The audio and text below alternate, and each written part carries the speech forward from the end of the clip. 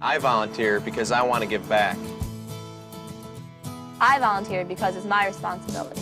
It's a great way to meet girls. And boys. And be with your friends.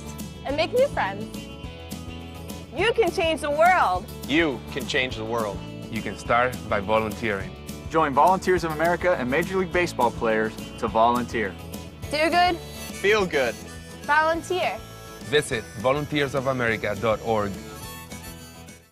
Hi, welcome to Players Talk, brought to you by the Players Trust and Volunteers of America, who urge you to get out there and make a difference by volunteering. To find out more, log on to MLBplayers.com. I'm Michael Artis, joined by Brendan Morrow, who was born in Santa Rosa, California in 1984 and was the 2006 fifth overall pick in the Major League Baseball draft by the Seattle Mariners. Tell us a little bit about growing up in California and what it was like. I'm sure it was like a lot of places. Small town is like 45 minutes north of San Francisco, so I'm not like a SoCal guy or anything. Up there, I don't know, nice weather, beautiful area. It's like wine country, vineyards and stuff. So I'm sure the nice weather contributed to the ability to let you play baseball and practice baseball all year round. How did you first get into baseball and get attracted to the sport? I don't know, just playing, every little kid, plays baseball, I guess. So my dad played and he played like slow pitch softball a lot when I was younger, and just kind of stayed around, ball fields and stuff. Played t-ball and coach pitch pee-wee and all that stuff. Just kept playing. Did you immediately excel at baseball? Were you immediately better than everybody else around you? No. I mean, I made a couple all-star teams like in Little League and stuff like that, but probably not until like my junior year of high school did I start to like, you could tell that I was starting to be better than like the other kids in the area and stuff. And by the time you got out of high school, you were drafted by the Angels in the 40th round, but declined to go to the University of California, which is an interesting decision, probably allowed you to mature a little bit and also grow in your game. What do you think that did for you? Well, like you said, growing was like the biggest thing. Coming out of high school, I was probably 6'2", like 150. And when I left Cal, I was like 6'3", 190. So just putting on that size and physical and mental maturity was a huge part of it. In college, how hard did you work on your game, not only on the field but also off the field? Going to a major college like that, they provide a lot of stuff for you.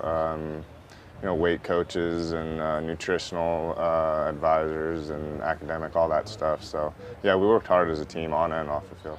What would a typical day in college be like for you as far as your workout regime and stuff like that?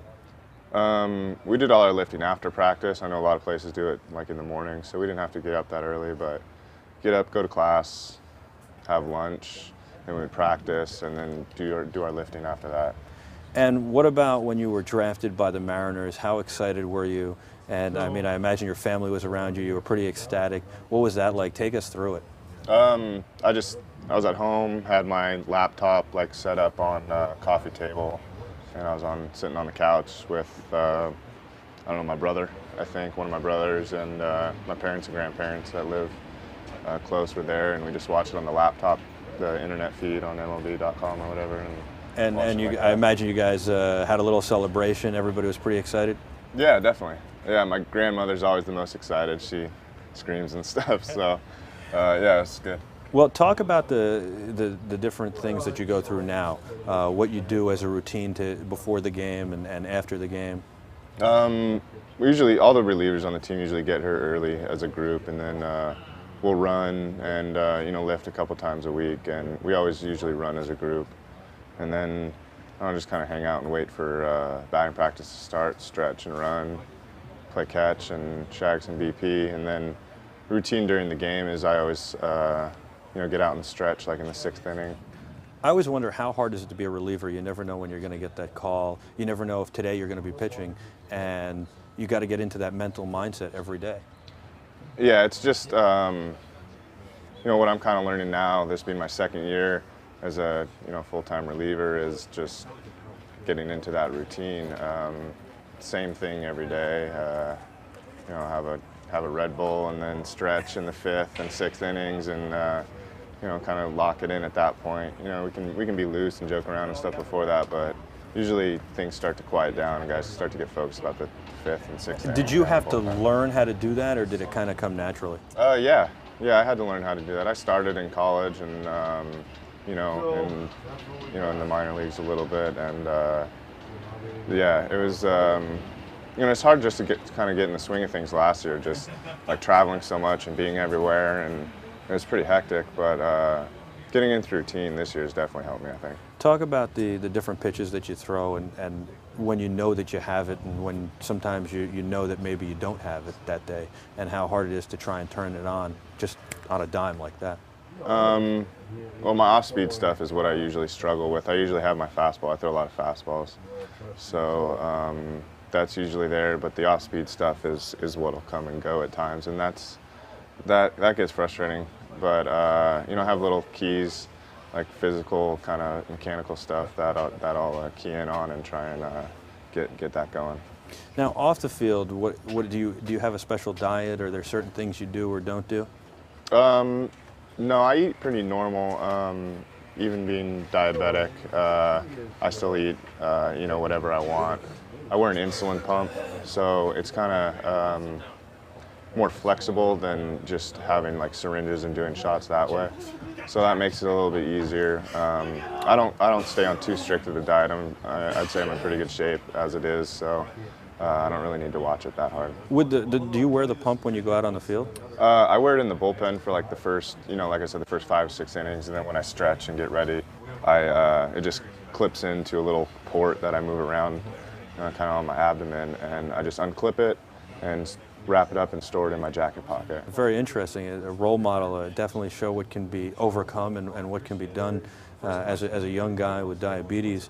For many of the kids out there, show them that anything's possible. They can work through all sorts of adversity. So that's very interesting and great. What do you do in your downtime? What do you do for fun? Not a whole lot. I just like to kick back most of the time. Play some video games, get online, play with my buddies from college and stuff.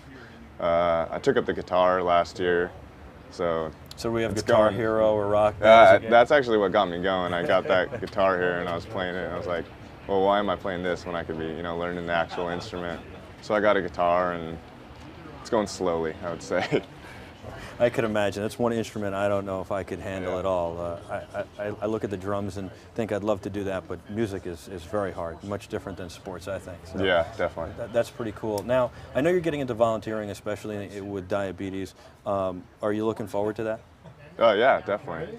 I got to meet a couple people last year that are involved in the Juvenile Diabetes Research Foundation, the JDRF, and they actually have a thing they do every year in Seattle. It's called Beat the Bridge, I believe. It's kind of, they start and it's a run, and you have to get before like a drawbridge goes up.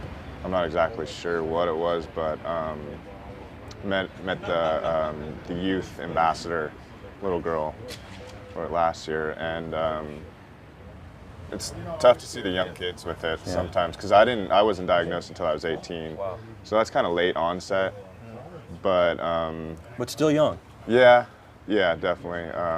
Late for type 1 though. I'm a type 1 diabetic, Right. and they also have the type 2, and so I just can't imagine, you know, that there's, you know, kids since they were 3 years old, 5 years old that have had it. And But you do serve as an inspiration, and on some level it must be nice to serve as an inspiration to people and be able to show them what can be done.